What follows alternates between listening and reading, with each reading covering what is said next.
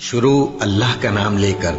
جو بڑا مہربان نہایت رحم والا ہے۔ جب تم ان کے پاس واپس جاؤ گے تو تم سے عذر کریں گے، تم کہنا کہ عذر مت کرو، ہم ہرگز تمہاری بات نہیں مانیں گے۔ اللہ نے ہم کو تمہارے سب حالات بتا دیے ہیں، اور ابھی اللہ اور اس کا رسول تمہارے عمل کو دیکھیں گے، پھر تم غائب و حاضر کے جاننے والے کی طرف لوٹائے جاؤ گے، تو جو عمل تم کرتے رہے ہو وہ سب تمہیں بتائے گا۔ جب تم ان کے پاس لوٹ کر جاؤ گے تو تمہارے روبرو اللہ کی قسمیں کھائیں گے تاکہ تم ان سے درگزر کرو، سو ان کی طرف توجہ نہ دینا، یہ ناپاک ہیں اور جو کام یہ کرتے رہے ہیں ان کے بدلے ان کا ٹھکانہ دوزخ ہے۔ یہ تمہارے آگے قسمیں کھائیں گے تاکہ تم ان سے خوش ہو جاؤ، لیکن اگر تم ان سے خوش ہو بھی جاؤ گے تو بھی اللہ نافرمان لوگوں سے خوش نہیں ہوتا۔ دیہاتی لوگ پکے کافر اور پکے منافق ہیں، اور ایسے ہیں کہ جو احکام شریعت اللہ نے اپنے رسول پر نازل فرمائے ہیں ان سے واقف ہی نہ ہو پائیں، اور اللہ جاننے والا ہے، حکمت والا ہے۔ اور بعض دیہاتی ایسے ہیں کہ جو کچھ خرچ کرتے ہیں اسے تاوان سمجھتے ہیں اور تمہارے حق میں مصیبتوں کے منتظر ہیں،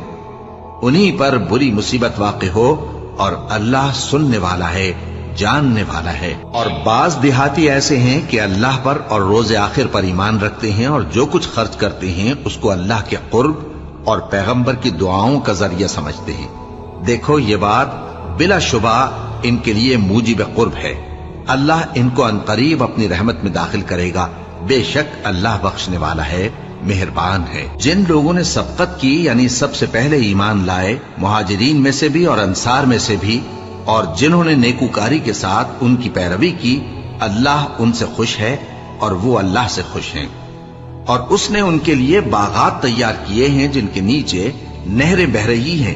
وہ ہمیشہ ان میں رہیں گے، یہی بڑی کامیابی ہے۔ اور تمہارے گرد و نواح کے بعض دیہاتی بھی منافق ہیں اور بعض مدینے والے بھی نفاق پر اڑے ہوئے ہیں،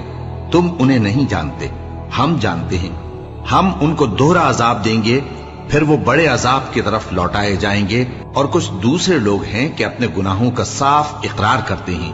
انہوں نے اچھے اور برے اعمال کو ملا جلا دیا تھا، قریب ہے کہ اللہ ان پر مہربانی سے توجہ فرمائے، بے شک اللہ بخشنے والا ہے، مہربان ہے۔